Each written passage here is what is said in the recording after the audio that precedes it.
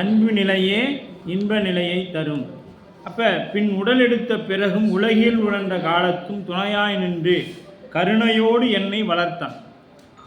தாயை பார்க்கினும் மிகவும் பரிவுடையவன். தாயினும் சால பரிந்து உள்ளொளியாய் தன்னை இனிதும் உணரச் செய்தான்.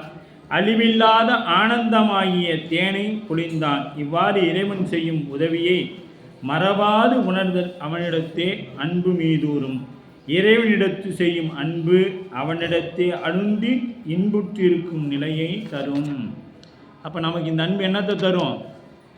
இறைவனிடத்தில் அன்புற்று இருக்கக்கூடிய நிலையை கொடுக்கும் அப்படின்னு சொல்லப்படுது.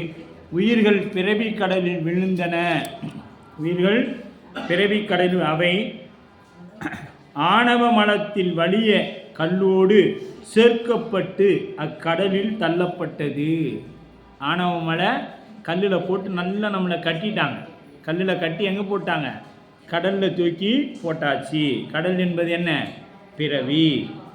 அப்போ கல்லோடு பிணித்து கட்டிய கயிறு எது அப்படின்னு பார்த்தீங்கன்னா இரு வினைகளே அக்கயிறு. இரு வினைகள். உயிர்கள் அக்கயிறு உயிர்களை காப்பாற்றி கரை சேர்க்க வல்லது தோணியாக இருந்த ஐந்தெழுத்து. இந்த உயிரை காப்பாற்றி என்ன பண்ணுது?